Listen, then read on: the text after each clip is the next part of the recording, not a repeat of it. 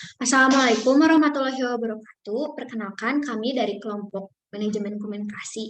Di sini kami akan mempresentasikan hasil kerja kelompok kami tentang menganalisa sistem manajemen komunikasi dalam perusahaan atau organisasi.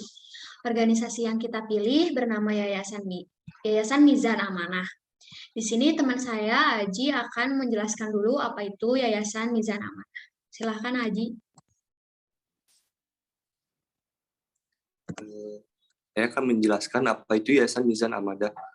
Yayasan Mizan Amanah merupakan panti asuhan. Panti asuhan ini mengasuh dari latar belakang yang berbeda, seperti anak yatim piatu, anak yang kurang mampu, dan anak yang terlantar. Untuk slide selanjutnya akan dibacakan oleh rekan saya, yaitu Sandi. Silakan. Nah, di program Mizan Amanah ini, nama programnya itu adalah Generasi Hebat. Nah, program ini dirancang untuk mendidik dan menyiapkan anak-anak untuk berprestasi dan berkarakter Islami. Nah, program ini ditunjukkan untuk anak yatim di asrama maupun luar asrama, para duafa, dan para siswa berprestasi yang membutuhkan dukungan. Nah, program-program Generasi Hebat ini antara lain Yatim Memberi. Nah, program Yatim Memberi ini didesain sebagai jawaban bahwa anak yatim tidak selamanya selalu dalam posisi diberi. Kepada anak yatim pun harus ditanamkan ke dalam jiwanya bahwa tangan di atas lebih baik daripada tangan di bawah. Apapun yang bisa diberikan kepada masyarakat yang telah membantu anak yatim selama ini, bisa berupa tenaga, pikiran, kasih sayang, doa, bahkan sampai hal-hal terkecil pun selalu diberikan lembaga ini kepada masyarakat. Baik, selanjutnya.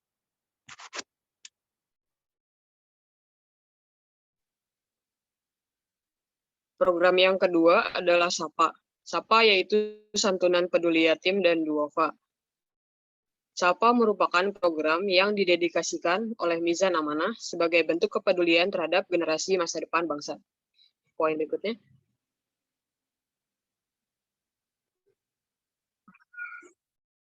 Baik, yang ketiga, saya akan menjelaskan program kegiatan Mizan Amanah. Yang ketiga ada BPS. BPS merupakan singkatan dari Beasiswa Putus Sekolah. BPS merupakan bantuan beasiswa bagi anak yatim dan duafa di Indonesia yang telah dirasakan manfaatnya langsung bagi anak yatim dan duafa yang terancam tidak dapat melanjutkan sekolah karena tidak mempunyai biaya. Dan ini merupakan menjadi salah satu alternatif yang dilakukan oleh Mizan Amanah. Yang keempat ada The Best. The Best merupakan dana bantuan beasiswa prestasi. The Best merupakan beasiswa bagi anak yatim dan duafa di Indonesia yang berprestasi untuk mewujudkan minat dan bakat anak yatim dan duafa untuk meraih prestasi yang lebih tinggi. Dan akan dilanjutkan oleh teman kelompok saya yang lainnya. Baik, terima kasih Suci. Selanjutnya ada manajemen komunikasi. Di sini dibagi menjadi dua ya. Yang pertama ada arah komunikasi. Arah komunikasi dalam organisasi Laznas Mizan Amanah adalah arah komunikasi ke atas atau upward communication, adalah penyampaian informasi dari bawahan ke atasan. Komunikasi ini terjadi karena karyawan atau staf bawahan yang ingin memberikan usulan, ide, keluhan, ataupun pengaduan. Dengan tujuan melengkapi informasi, meningkatkan kesadaran, dan melaporkan prestasi atau kinerjanya. Yang kedua ada hambatan komunikasi. Hambatan yang bersifat teknis, adalah hambatan yang disebabkan oleh berbagai faktor. Lalu langsung sisa Randy.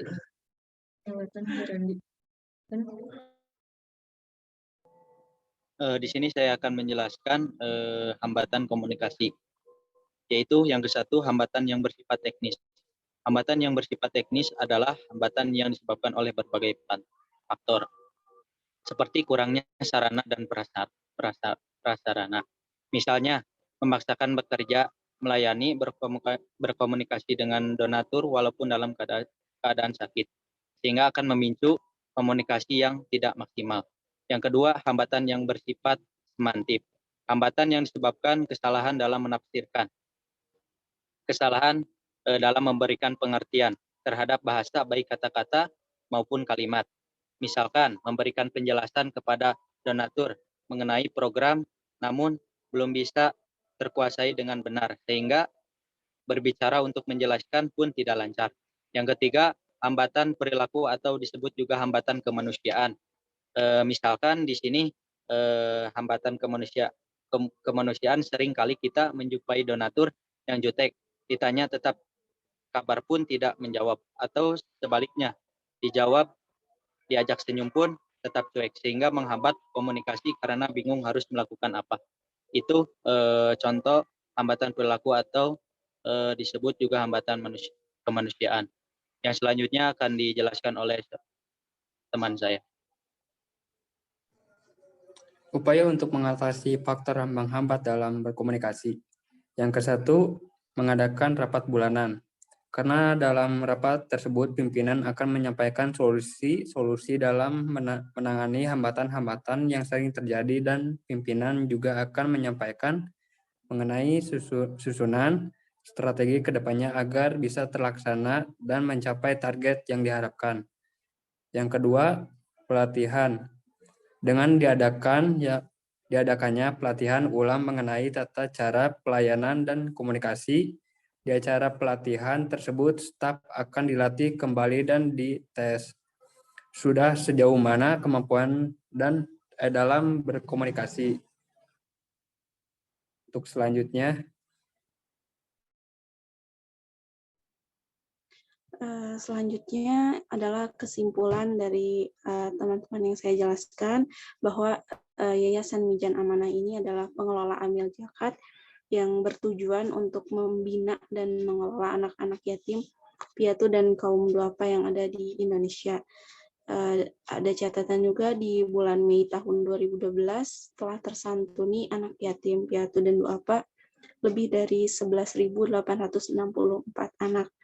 Yayasan juga berfungsi untuk mengelola titipan donatur dan mengelola sumber daya. Jadi yayasan ini tidak hanya berfungsi untuk mendidik dan mengelola anak-anak yatim piatu dan duafa saja, tapi mengelola juga titipan dari para donatur. Dan untuk manajemen komunikasi di dalam yayasan ini, arah komunikasinya yaitu arah komunikasi ke atas, di mana untuk penyampaian informasinya ini dilakukan oleh bawahan ke atasan saat bawahan mempunyai keluhan atau usulan atau ide yang akan disampaikan ke atasan untuk kemajuan organisasi tersebut. Selanjutnya untuk saran akan disampaikan oleh Rizka. Terima kasih Meliana. Saran dari kami, Yayasan Panti Asuhan Zakat Mizan ini, khususnya di Indonesia, dapat lebih memperhatikan, membina, dan mengelola yatim piatu dan duafa, supaya mereka bisa menjadi masyarakat yang mandiri. Oleh karena itu, Yayasan Mizan Zakat ini juga harus baik dalam mengatur dan mengelola hak anak yatim, duafa dari para donatur supaya kedepannya Panti Asuhan Zakat Mizan ini bisa menciptakan anak-anak yatim piatu dan duafa supaya menjadi muslim yang hakiki dan siap untuk menjadi masyarakat yang mandiri di masa depannya. Baik, sekian yang bisa kami sampaikan dari kelompok 7. Jika ada salah pengucapan kata dan juga kalimat, mohon dimaafkan. Terima kasih untuk perhatian semua telah menyempatkan untuk menonton. Sekian, wassalamualaikum warahmatullahi wabarakatuh.